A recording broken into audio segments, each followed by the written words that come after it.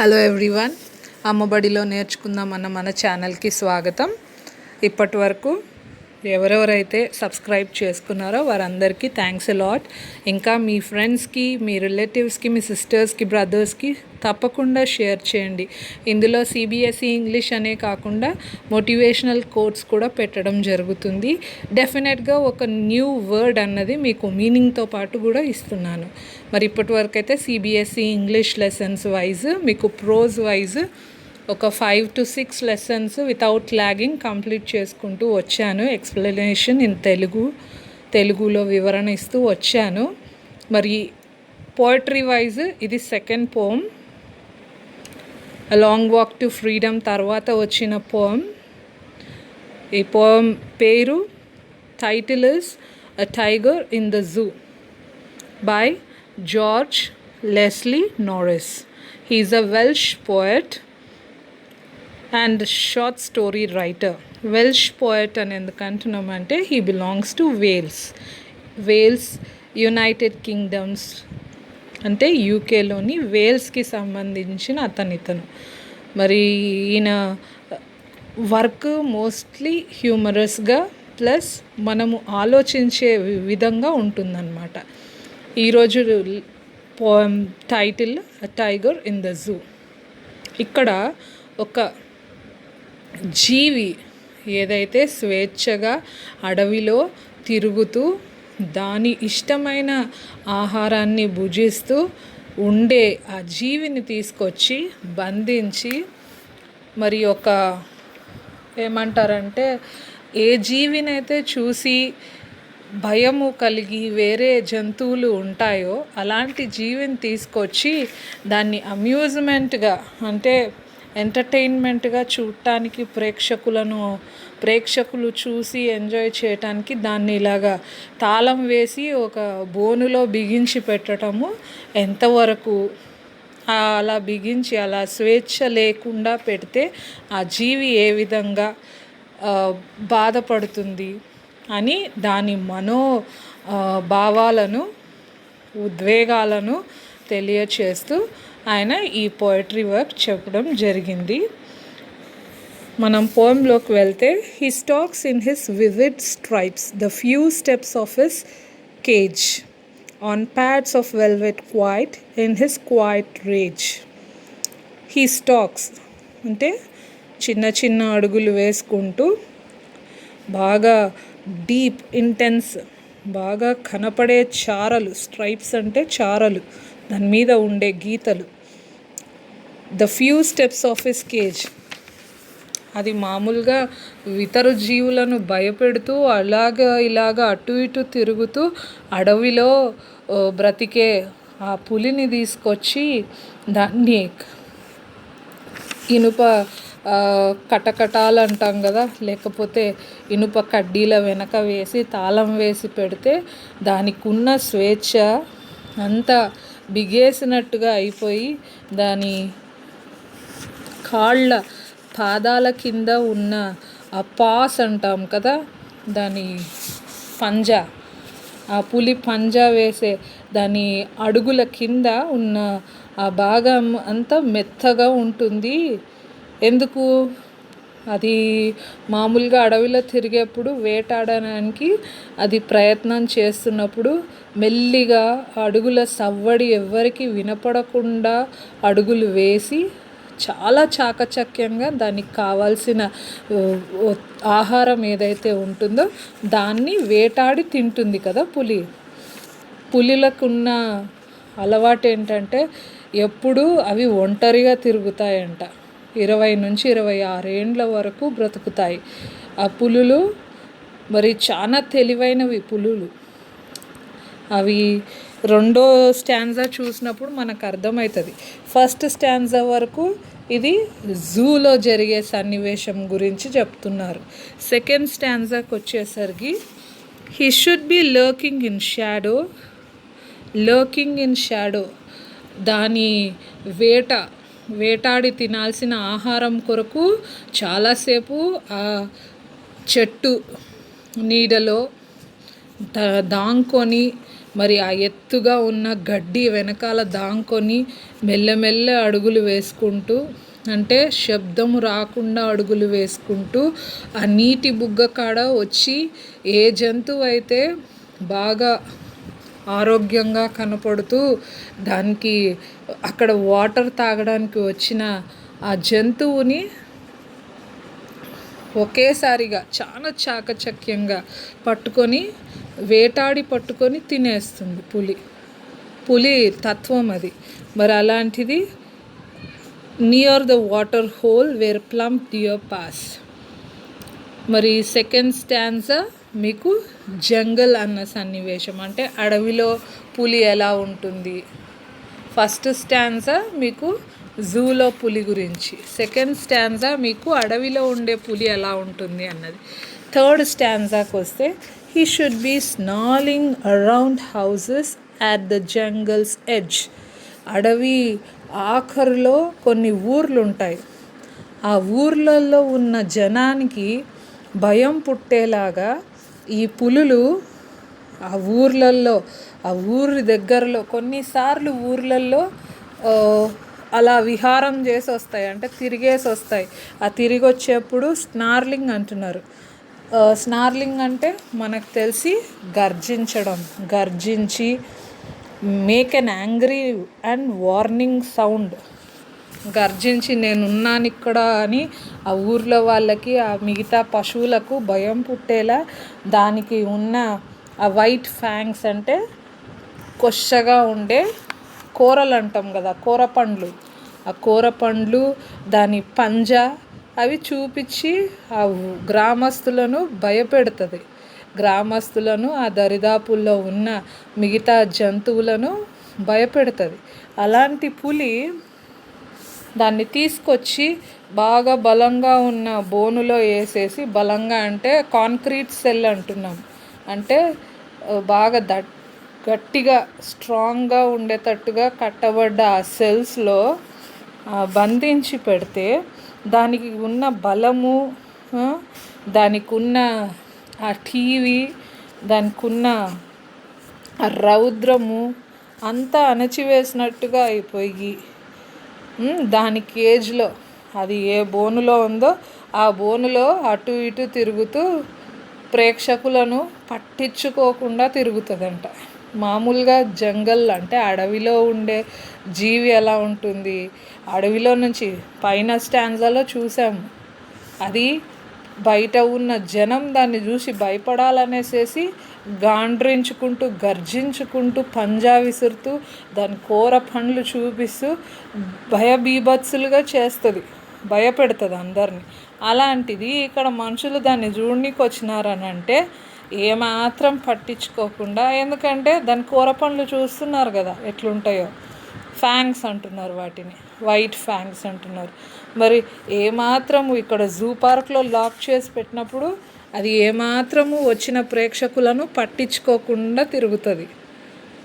మామూలుగా పులులు ఒంటరిగా తిరుగుతాయి, ఒంటరిగా వేటాడుతాయి. కానీ దాన్ని ఎప్పుడైతే తీసుకొచ్చి జూ పార్క్లో పెడతామో, అమ్యూజ్మెంట్ పార్క్స్లో పెడతామో, అది ఒంటరిగా తిరగడమేమో కానీ దాని నైజామే వేరుగా అయిపోతుంది. ఇది మనకు చాలా మటుకు ఈ లాక్డౌన్ టైంలో ఏ విధంగా బాగా స్వేచ్ఛగా తిరిగేటోళ్ళము లాక్డౌన్లో ఏ విధంగా ఇంటి పట్టునే ఉండాల్సి వచ్చిందో అదే విధంగా ఉంటుందన్నమాట. అర్థమవడానికి అలాగ చెప్పాల్సి వచ్చింది, ఏమనుకోవద్దండి. మరి తర్వాత స్టాంజా చూసినట్టయితే he hears the last voice at night, the patrolling cars. లాస్ట్కి ఎవరి గొంతు వినపడుతుంది అంటే ద టేమర్స్, అక్కడ ఉండే టేమర్స్, దాన్ని చూసుకునే సెక్యూరిటీ, అంటే ఆ అమ్యూజ్మెంట్ పార్క్లో యానిమల్స్ని, అంటే జూ పార్క్లో యానిమల్స్ని చూసుకునే కావలి కాచేవాళ్ళు. లాస్ట్కి మనం ఏ జూ పార్క్కి వెళ్ళినా కూడా, ఏ వైల్డ్ లైఫ్ శాంక్చురీకి వెళ్ళినా కూడా మనకి 5 o'clock వరకే పర్మిషన్స్ ఉంటాయి. 5 after మనం ఎట్టి పరిస్థితుల్లో అక్కడ నుంచి బయటకు వచ్చేయాల్సిందే. మరి బయటికి వచ్చేసారా లేదా అని చెక్ చేసుకోవడానికి ఎక్కడన్నా ఎవరన్నా మిగిలిపోయి ఉన్నారా, యానిమల్స్ అన్నీ సేఫ్గా ఉన్నాయా, ఈ కేజ్ అంటే యానిమల్స్ని పెడుతున్న ఆ బోనులు తాళాలు సరిగ్గా వేసున్నాయా లేవా, అవన్నీ చెక్ చేసుకోవడానికి పెట్రోలింగ్ అన్న వాళ్ళు తిరుగుతారు. చూస్తున్నారు కదా ఇక్కడ ఆ పులి ఏ విధంగా గడ్డిని ఆ చెట్టు కొమ్మలను ఏరుకొని ఆడుకుంటుందో. మామూలుగా పులులు వేటాడడం ఇష్టపడతాయి, అలాంటిది మానేసి అమ్యూజ్మెంట్ పార్క్లో పెట్టినందుకు విచిత్రమైన ప్రవర్తన చూపిస్తుంది. మామూలుగా పులులకు ఈదటం చాలా ఇష్టము. ఇంకోటి వేటాడక ముందు దాని పాస్ని అది నాకుంటుందంట. మరి లాస్ట్ స్టాంజాలో చూస్తే పెట్రోలింగ్ వాళ్ళు వచ్చి వెళ్ళినప్పుడు వాళ్ళ స్వరాలు, వాళ్ళ గొంతులు వినపడుతుంటాయి దానికి. అది ఒంటరిగా కూర్చొని ఆకాశం వైపు చూస్తూ ఉంటుంది. అదే అడవిలో ఉంటే ఎంత బాగుంటానా నేను, వీళ్ళ దగ్గర వచ్చి పడ్డాను అని ఆలోచిస్తూ ఉంటుంది. ఆ sky and stairs with his brilliant ice, దాని కళ్ళతోని బాగా చమకాయించే ఆ కళ్ళతోని ఆ బాగా మెరుస్తూ ఉన్న ఆ చుక్కలను చూస్తూ కూర్చుంటుంది ఆకాశం వైపు చూస్తూ అని అంటున్నాడు పోయట్. మరి ఇక్కడ మనకు వొకాబులరీ ఏదైతే వాడారో ఒకసారి చూసుకుందాం. దానికి ముందు మీకు ఇచ్చిన 5 స్టాంజాస్ ఏవైతే ఉన్నాయో, ఫస్ట్ స్టాంజా మనకి జూ పార్క్ సన్నివేశము, సెకండ్ అండ్ థర్డ్ స్టాంజా మనకి జంగల్లో అడవిలో ఏ విధంగా పులులు ఉంటాయని, and third stanza and fourth stanza మనకి జూ పార్క్లో పులులు ఎలా ఉంటాయి అన్నది చూపిస్తున్నారు. So dear students, vocabulary part మనకి వొకాబులరీ పార్ట్తో పాటు పోయటిక్ డివైజెస్ కూడా ఎక్స్ప్లెయిన్ చేశాను. Stalk mean to say to walk stiffly, బాగా హుందాగా నడవటం. వివిడ్ అంటే ఇంటెన్స్ ఆర్ డీప్, చాలా డీప్ కలర్ అంటే చాలా డీప్గా కలర్ ఉండటం. ఆ స్ట్రైప్స్ చాలా డీప్ కలర్ ఉంటాయి అన్నమాట, అంటే ఆ చారలు.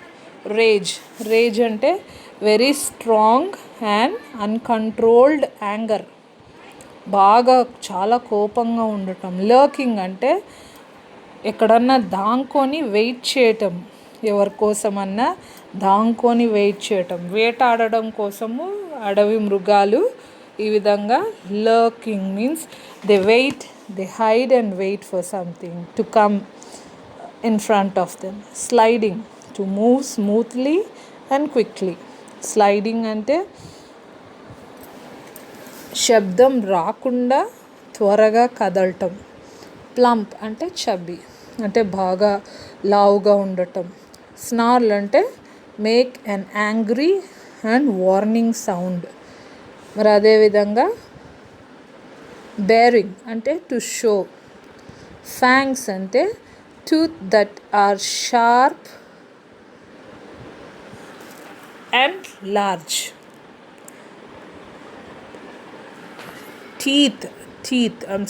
Tooth that is sharp and large.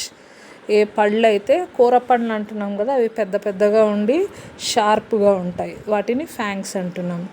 మరి theme of this poem is animals must not be locked. వాటిని, జంతువులను, మృగాలను ఎప్పుడు బంధించకూడదు, వాటిని స్వేచ్ఛగా ఉండనివ్వాలి అన్నది ఈ పోయట్రీలో మనకి వ్యక్తం చేశాడు. మరి పోయటిక్ డివైజెస్, ఇక్కడ వాడిన పోయటిక్ డివైజెస్ ఏంటంటే పర్సానిఫికేషన్ అంటే మామూలుగా యానిమల్స్ని మనం ఇట్ అంటాం. ఇట్ అనే బదులు ఇక్కడ పర్సన్ లాగా రెఫర్ చేశారు ఆ యానిమల్ని. ఎలాగా అంటే హీ, హిస్ అనుకుంటూ వెళ్ళారు. మరి అదే నెక్స్ట్ చూస్తే మెటాఫర్ కూడా ఒక డివైజ్.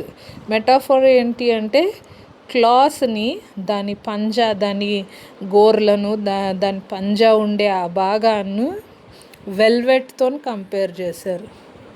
నెక్స్ట్ ఎంజాబ్మెంట్. ఎంజాబ్మెంట్ అని ఎందుకు అంటున్నామంటే మనకి ఎక్కడ పంక్చువేషన్ మార్క్స్ కనపడట్లేదు, ఒక ఫుల్ స్టాప్ తప్పించి ఇంకెక్కడ పంక్చువేషన్ మార్క్స్ కనపడట్లేదు. రైమ్ స్కీమ్ ఏంటి ఇక్కడ అని అంటే A B C B. I repeat, A B C B is the rhyme scheme. And lastly oxymoron ఉంటున్నాం.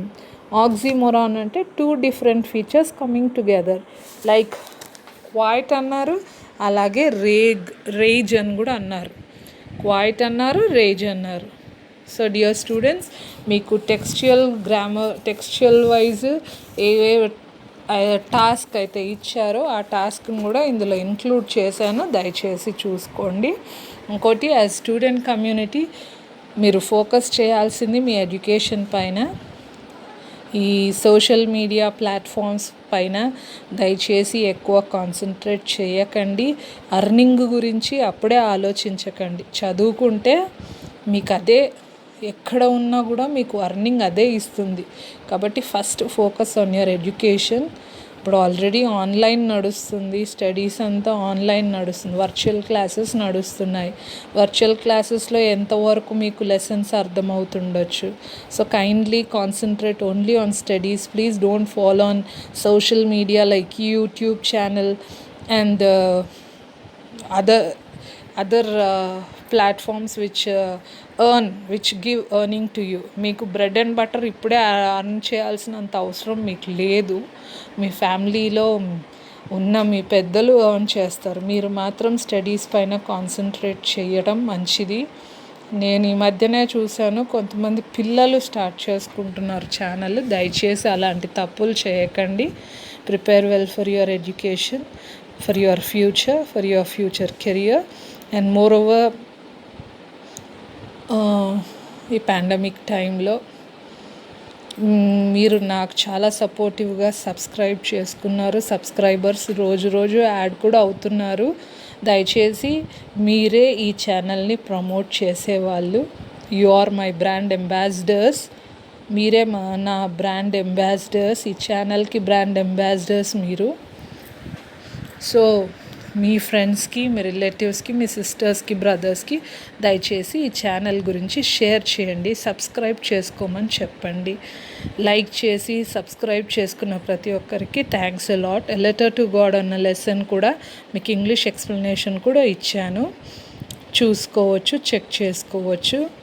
మరి తెలుగు ఎక్స్ప్లెనేషన్కి చాలా మటుకు మీరు ఇచ్చిన ఆదరణను బట్టి చాలా thanks a lot. Kindly promote your channel. Bye and take care of yourselves.